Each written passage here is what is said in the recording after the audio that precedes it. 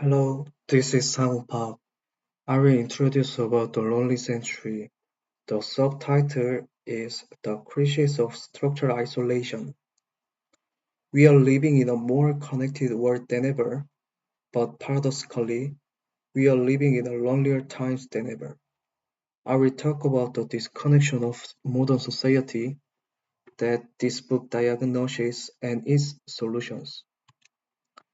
First, we must redefine what loneliness means in this book. While we often think of loneliness as a simple, sad feeling of having no friends, but the structural isolation in this book is different. It refers to a systemic alienation, feeling detached from the state, our neighbors, and civic systems. In other words, it is a kind of social disease created by modern capitalism. What has caused this isolation? Harris identifies three main pillars. First is hypercompetition, where an emphasis on efficiency makes us to see others as rivals rather than partners.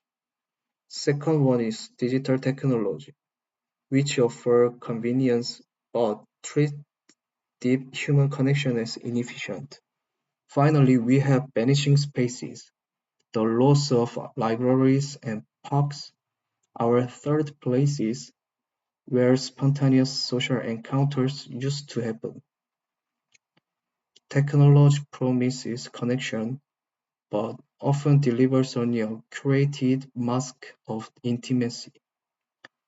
SNS constantly make us compare ourselves to others, and algorithms trap us in similar thoughts. We are in a hyper-connected state, but we are actually more alone than ever. Our community infrastructures are disappearing. Public libraries, youth centers, and parks are being privatized or closed due to budget cuts.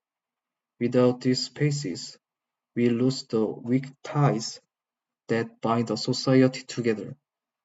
Consequently, for the modern urban dweller, isolation has become the default state of existence.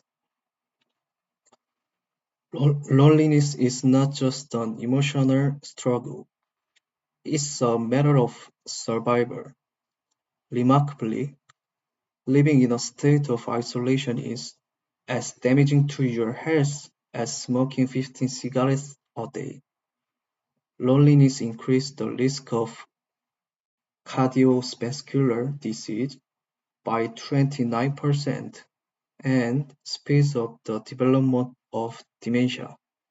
In other words, loneliness is a biological threat that directly destroys our bodies beyond the individual's mental distress. So, how do we handle this? Governments must restore community infrastructure and assure us that they are protecting our citizens. Corporations need to foster a workplace culture that values human bonding over low efficiency. Finally, as individuals, we must take small steps, putting down our smartphones, greeting our neighbors, and supporting local businesses to increase face-to-face contact. Norina Hertz says, humans are inherently cooperative and caring. The key to ending the era of isolation lies in our interest in others. It's a hopeful message suggesting that by simply paying more attention to one another, we can begin to end this lonely century.